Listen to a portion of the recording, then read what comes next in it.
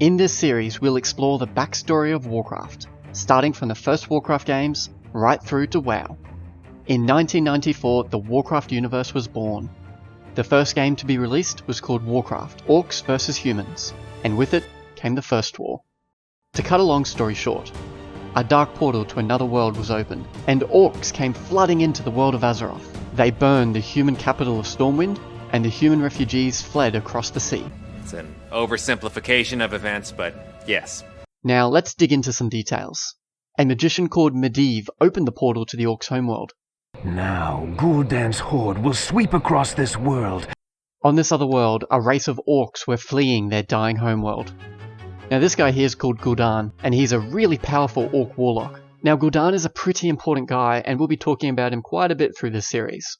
Anyway, Gul'dan led an army of orcs through the Dark Portal. These orcs ravaged the human lands.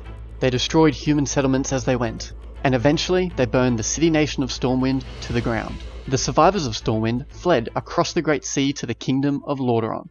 And that really is the story of Warcraft 1. A few years later, Warcraft 2 was released, and we met Ogrim Doomhammer, the war chief of the Orcish horde. Doomhammer feared that the humans would regroup and retaliate. So Doomhammer decided to take the fight to the humans, and thus began the Second War. Doomhammer's army invaded the lands of the dwarves and the gnomes, pushing them back into their capital cities of Gnomeregan and Ironforge. Unable to take these cities, Doomhammer just pushed on to the wetlands. In the wetlands, the horde enslaved red dragons, bolstering their army. Then Doomhammer led the horde over the sea to lay siege to the kingdom of Lordaeron. The orcs constructed ships of war to bear them across the Great Sea. Meanwhile, the survivors of Stormwind banded together with the other human kingdoms. Lordaeron, Kul'Tiraz, Gilneas, Stromgarde and Ultrak banded together to form the Alliance of Lordaeron. General Turalyon rallied the human kingdoms. Elven rangers led by Illyria Windrunner came from the Elven kingdom of Quel'Thalas. From the magic city of Dalaran came Archmage Khadgar with powerful mages. Turalyon, Illyria and Khadgar are all very important characters, and we're going to talk a bit about them later on.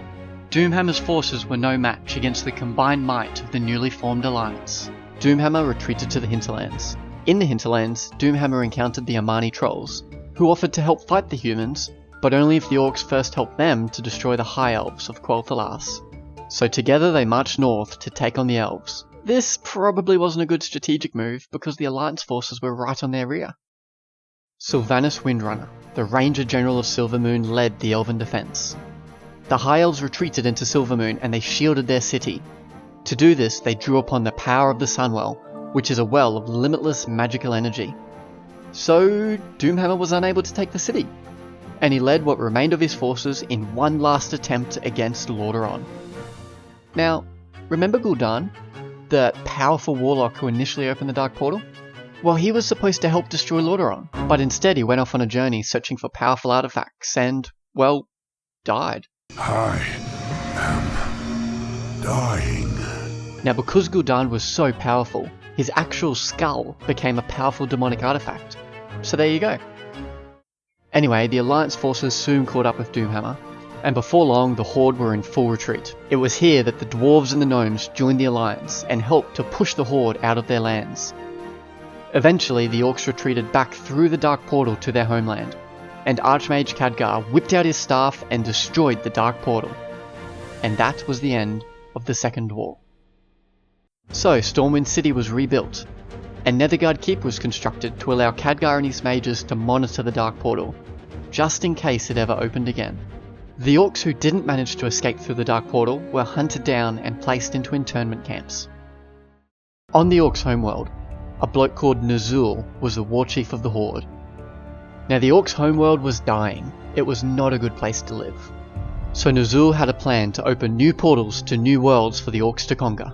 But to open these portals, Ner'zhul first needed to get his hands on some artifacts. One of these artifacts was the Skull of Gul'dan, but it was back on Azeroth. So Ner'zhul reopened the Dark Portal, and a team of Orcs went to Azeroth to gather those artifacts. And this is where the events of the expansion take place. Archmage Khadgar was at Netherguard Keep, where he was waiting for this day to come. So a crack team was assembled to venture through the Dark Portal and end the Orcish threat for good. The expedition was led by General Turalyon. Archmage Khadgar, of course, went along as well, as did Illyria Windrunner with some of her elves. The expedition was a success, and the Orcs on Draenor fell to the expedition forces. However, the expedition was too slow, and Ner'zhul had already used the artifacts to escape to another world. The powers required to open this portal tore apart the world of Draenor, shattering the world and turning it into Outland as we know it today. The Horde's reckless sorcery tore the planet apart. This shattered world is called Outland. It is all that remains of Draenor. Khadgar seized the Skull of Gul'dan and used its power to close the Dark Portal. This left the expedition stranded on Outland forever. Following this, the Valley of Heroes was built in Stormwind City, and statues were erected for those stranded on Outland, presumed to be dead. This included Khadgar, Illyria, Turalyon, as well as a couple of others. Now it's probably a good time to explain that the Orc invasions up until this point had all been orchestrated by demons. An army of demons known as the Burning Legion wished to wipe out all life on Azeroth. Medivh and Gul'dan opened the original portal under demonic influence.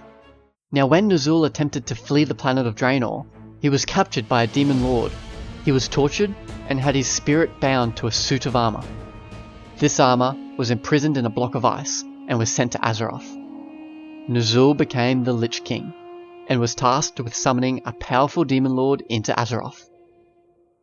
And this brings us to Warcraft 3 as we continue our journey from Warcraft to WoW. Next time we'll cover the stories of Thrall, Arthas, Illidan, Jaina, Kael'thas, Sylvanas and others. Make sure you subscribe so you don't miss the next one.